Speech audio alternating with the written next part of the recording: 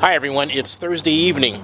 Tomorrow morning, the Space Shuttle Atlantis is due to lift off at 11:26 a.m. Eastern Standard Time. It will be the last Space Shuttle mission commissioned. I have a real problem with the termination of the Space Shuttle program. Yes, I know we don't have the money for it, but we do seem to have enough money to go to war in Iraq and in Afghanistan and other places. But my issue is that with the death of the Space Shuttle program, for want of a better term, it means the death of our interest in space exploration. You know, since really I think the 1970s and the advent of bionics and wellness, we've become more interested in keeping ourselves, and there's nothing wrong with this, okay, healthier for a longer period of time and living longer, and then exploring what's out there beyond our Earth. Think about it. A lot of our technology, a lot of the technological advances we know about have to do with communication, which means us, with medicine, which means us, right? Not materials to make devices like, for example, the toaster or the transistor radio. Well, okay, that's communications. Or materials like advanced polymers to contain things.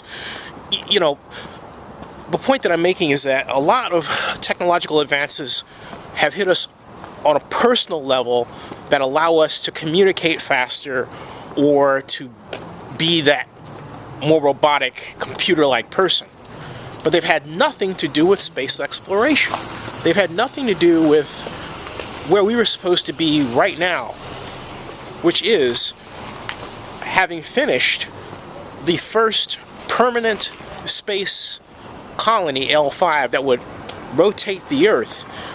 It was a barrel-shaped device, roughly the size, I believe, of about 18 football fields, and you could live on it. It had artificial gravity.